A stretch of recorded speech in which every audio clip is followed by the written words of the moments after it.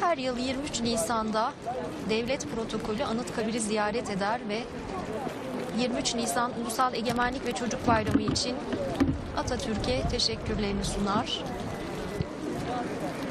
Şu an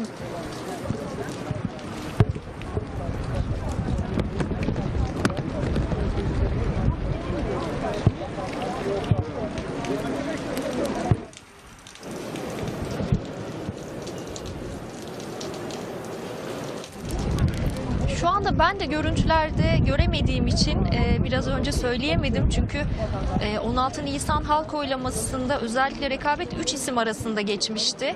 Devlet Bahçeli ve Başbakan Binali Yıldırım evet için destek isterken CHP Genel Başkanı hayır için meydanlardaydı. Kıyasıya bir rekabetti. Meydanların kimi zaman tansiyonu da yükseldi. Ancak bugün MHP Genel Başkanı Devlet Bahçeli önceki yıllarda olduğu gibi törene katılmadı. Göremedik kendisini. Sanıyorum sizler de ekranlardan takip ediyorsunuz. Şu anda da devlet erkanı Misak-ı Milli Kulesi'ne geçiyor.